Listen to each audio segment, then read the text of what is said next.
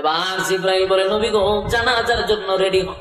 আল্লাহর নবী বলেন, জিবরাইল রে, জানাজাতে পড়া আপনার লাশ কোথায়? বলে, আপনার জানাজার দ্বারা। নবীজি জানাজার মধ্যে দাঁড়ায় গেল, তাকায়া দেখে নবীর সাহাবীর লাশ নবীর সামনে দেখা যায়। চিৎকার দিয়া কোন সুবহানাল্লাহ। আল্লাহর নবী জানাজা কমপ্লিট করে দিল, কিন্তু আশ্চর্য হয়ে গেল, জানাজা শেষ হওয়ার সাথে সাথে দেখে চতুর্দিকটা অন্ধকার হয়ে গেছে। কিছুক্ষণ আগে প্রচন্ড রুদ্র ছিল, হঠাৎ করে অন্ধকার হয়ে গেল। আল্লাহর নবী বলেন, জিবরাইল রে, ও জিবরাইল, জানাজার আগেও এত অন্ধকার ছিল না, প্রচন্ড রুদ্রের মধ্যে জানাজায় দাঁড়াইলাম, আশ্চর্য হয়ে গেলাম, এখন এই অন্ধকার কেন হয়ে গেল?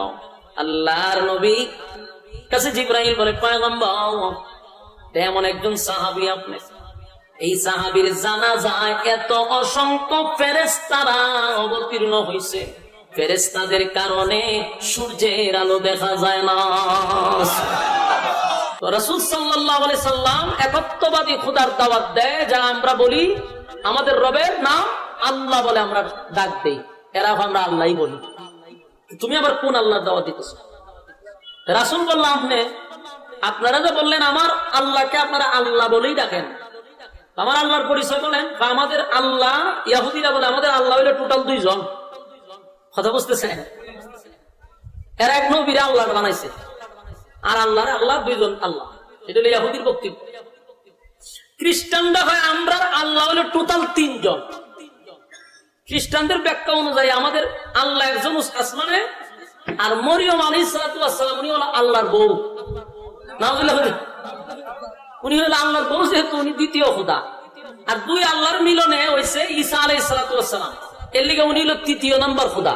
নাউজুবিল্লাহ, এটা হলো খ্রিস্টানদের আকীদা, এরা 3 খোদায় বিশ্বাসী। আর রাসূল বলতেছে যে আমি যে রবের দাওয়াত দিতেছি উনি তো একক, অদ্বিতীয়।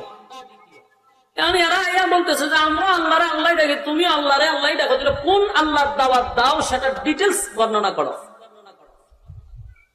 তাদেরই প্রশ্নের জবাবে রাসূল ব্যক্তিগত কোন কথা দিয়ে তাদেরকে এটার উত্তর দেয় নাই। কারণ রাসূল যত কথা বলতো নিজের থেকে বলতো না আল্লাহর পক্ষ থেকে। রাসূলকে যখন এই 3 দল প্রশ্ন করতে লাগলো, এদের এই 3 দলের প্রশ্নের জবাবে আল্লাহ তখন সূরা ইখলাস নাজিল করে দাঁত ভাঙ্গা জবাব দিছে।